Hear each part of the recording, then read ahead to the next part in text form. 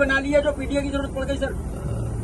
मेरे साथी, पीडीए पहले बना, इंडिया बाद में बना, और उसके बाद मैंने कई मौकों पर कहा कि इंडिया गठबंधन जरूर है, लेकिन हमारी स्ट्रेटेजी पीडीए है और पीडीए ही एनडीए को हराएगा।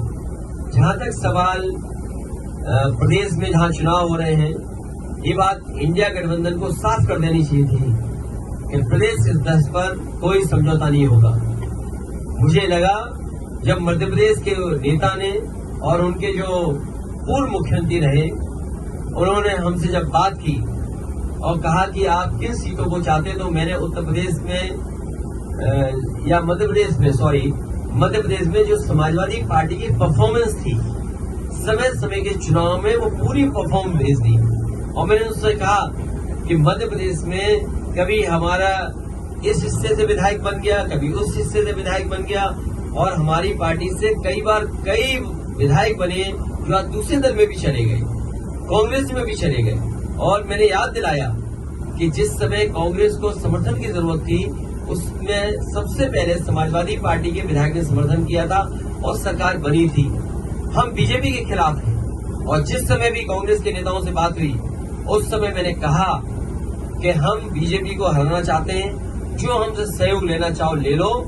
और उस समय उन्होंने बैठक करके रात में 1 बजे बैठ करके, जिसमें हमारी पार्टी के एमएलसी रहे श्याम सुंदर जी, विधायक रहे दीपक, हमारे प्रदेश के अध्यक्ष, पार्टी के संगठन के डॉक्टर मनोज, इन लोगों ने बैठ करके कांग्रेस के वरिष्ठ नेता, दोनों पूर्व मुख्यमंत्रियों से बात की।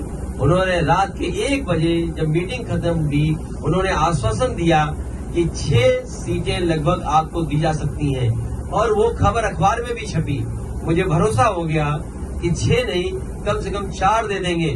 लेकिन जब सूची आई कांग्रेस की, तो जो हमारा सिटिंग एमएलए है, उस पे भी उन्होंने प्रत्याशी घोषित कर दिया।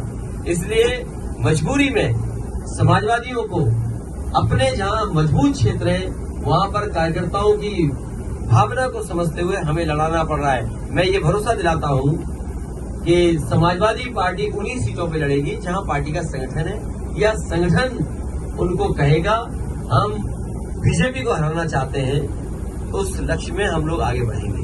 और जहां तक सवाल है एक कांग्रेस नेता के बारे में, आजमगढ़ का रिश्ता समाजवादियों से बहुत गहरा है। अगर कोई आजमगढ़ पर टिप्पणी करेगा तो वो लोग भी सुनने के लिए तैयार रहे, या फिर सोच समझ करके बोले। अगर अपने बड़े नेताओं से पूछ करके बोल रहे हैं आप, तो बात अलग है। लेकिन अगर आप आजमगढ़ पर कुछ बोलेंगे, जो इमोशन आजमगढ़ से समाजवादियों का है, हो सकता है कांग्रेस का इमोशन रायबरेली और अमेठी में भी वही हो।